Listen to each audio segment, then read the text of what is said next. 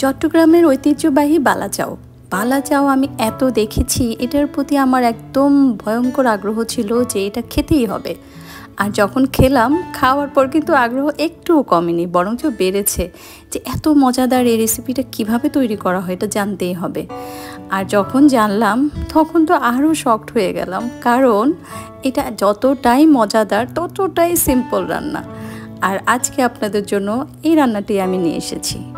আসসালামু আলাইকুম, welcome to আম্মুর রসোই ঘর। আজকে আপনাদেরকে সাথে নিয়ে তৈরি করব চট্টগ্রামের ঐতিহ্যবাহী বালা চাও। চলেন তাহলে।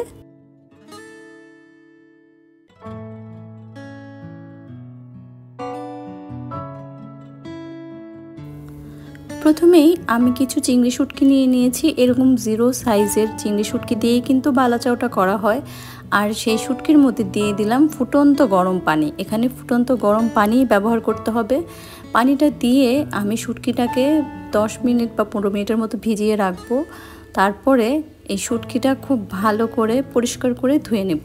যেহেতু আমার চিংড়ি শুটকিটা কক্সবাজারের ছিল, তাই এটার মধ্যে ছোট ছোট শামুক, ঝিনুক, তারপরে কাঁকড়া সব কিছুই ছিল। আমি খুব ভালো করে দেখে দেখে পরিষ্কার করে তারপরে ধুয়ে নিয়েছি। আর বালিও প্রচণ্ড পরিমাণে থাকে, তাই ধোয়াটা খুব পরিষ্কার করেই ধুয়ে নিতে হবে। আর সাথে নিয়ে নিয়েছি পেঁয়াজ কুচি, রসুন কুচি আর শুকনো মরিচ, দেখতেই পেলেন। এখন আমি একটা কড়াইয়ের মধ্যে তেল নিয়ে নিচ্ছি। তেলটা এমনভাবে নিয়ে নিব যেন আমার 1 কাপ পেঁয়াজ, যেহেতু আমি এখানে ব্যবহার করছি, সে 1 কাপ পরিমাণ পেঁয়াজ বেরেস্তা করার মতো যেন তেলটা হয়। ডুবো তেলে যেন পেঁয়াজটা থাকে। তো পেঁয়াজটাকে যেভাবে ভাজতে হয় বেরেস্তার জন্য আমি সেভাবে ভেজে নিচ্ছি। যখন 50 to 60% ভাজা হয়ে যাবে, ঠিক তখনই আমি দিয়ে দিব রসুন কুচি।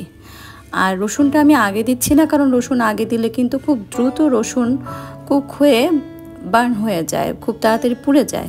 তো তাই রসুনটা পেঁয়াজটা যখন হাফ হয়ে আসবে তখনই দিব। আর আপনার কাছে এটা একটু ভেজাল লাগতে পারে, সেক্ষেত্রে আপনি রসুনটা আলাদাভাবে বেরেস্তা করে নিতে পারেন, পেঁয়াজ আলাদাভাবে বেরেস্তা করে নিতে পারেন। আর আমি টাইমটা একটু বাঁচানোর জন্য একসাথেই বেরেস্তা করে নিচ্ছি। বেরেস্তা করার সময় অবশ্যই লক্ষ্য রাখবেন যেন খুব ওভার কুক না হয়ে যায়, তাহলে কিন্তু বেরেস্তার টেস্টটা ভালো আসবে না। একটু কম হালকা ভাজা হওয়া অবস্থাতেই তোলার চেষ্টা করবেন, কারণ হচ্ছে খুব বেশি লাল করে ফেলতে গেলে কিন্তু ওভার কুক হয়ে যায়, আর তখন বেরেস্তাগুলো তেতো লাগে খেতে।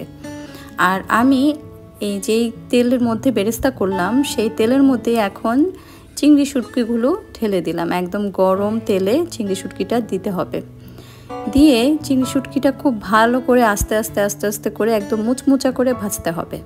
এটা যেন ভেতর থেকে এবং বাইরে থেকে দু সাইডেই মুচমুচা হয়। খুব বেশি চুলা হাই ফ্লেমে দিয়ে তাড়াতাড়ি কিন্তু কুক করার চেষ্টা করবেন না, সেক্ষেত্রে চিংড়ি মাছের ভেতর থেকে কিন্তু ক্রিস্পিনেসটা থাকবে না, বাইরে থেকে লাল হয়ে যাবে। তাই খুব ভালো করে যেন চিংড়িটা ভাজা হয় সেদিকে লক্ষ্য রাখতে হবে। আমি একটু নিয়ে চেক করে দেখছিলাম ভেতরে ক্রিস্পিটা হয়েছে কিনা। সেক্ষেত্রে যখন হয়ে আসছে তখনই আমি নামিয়ে নিচ্ছি।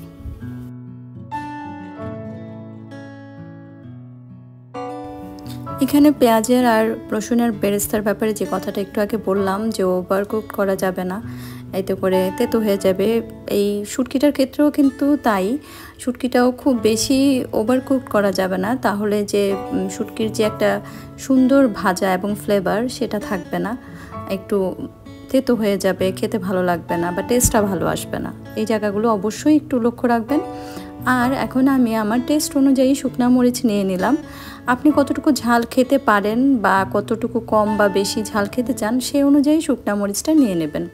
শুকনো মরিচটাও আমি সুন্দরভাবে ভেজে নিলাম।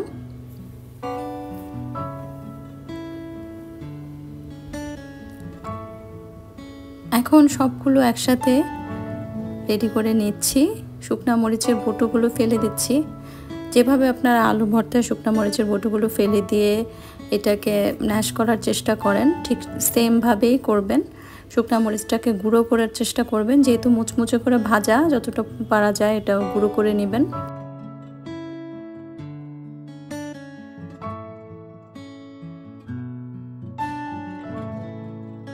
এবার আমি আরেকটি কড়াই নিয়ে নিয়েছি। কড়াইয়ের মধ্যে দিয়ে দিলাম তেল, খুব অল্প পরিমাণে তেল দিয়েছি। সেই তেলের মধ্যে দিয়ে দিচ্ছি লবণ দিয়ে দিচ্ছি গুঁড়ো মরিচ আর লবণটা তেলের মধ্যে একটু হালকা ভেজে নেব।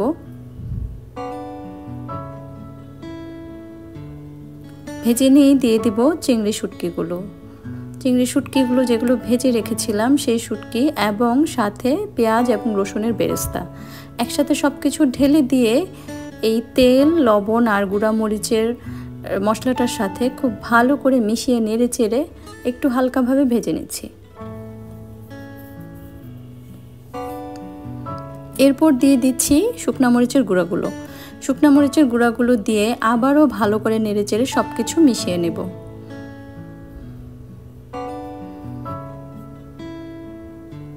এবং এটা কিন্তু খুব বেশিক্ষণের কাজ না, খুব অল্প সময় নেড়ে চেড়ে এটা জাস্ট মিশিয়ে নিলেই হয়ে যাবে আপনার কাঙ্ক্ষিত বালাচাও। ব্যাস হয়ে গেল আমাদের কাঙ্ক্ষিত বালাচাও। দেখলেন তো কত সহজে তৈরি করে ফেলা যায় এই ঐতিহ্যবাহী খাবারটি। এই খাবারটি এখন তো আপনি গরম ভাতের সাথে অবশ্যই খেতে পারেন, পোলাওয়ের সাথেও ভয়ঙ্কর মজা। আর এটি আপনি এয়ারটাইট বক্সে রেখে দিয়ে আরামসে 1 মাস ব্যাপী খেতে পারেন। এটাকে বারবার তৈরি করে বারবার খাওয়ার কোনোই ঝামেলা নাই, একবারেই করে রেখে দেওয়া যায়। আর আমার রেসিপি যদি ভালো লাগে আমাকে অবশ্যই জানাবেন, কারণ আপনাদের একটি কমেন্ট কিন্তু আমাকে অনেক বেশি উৎসাহিত করে।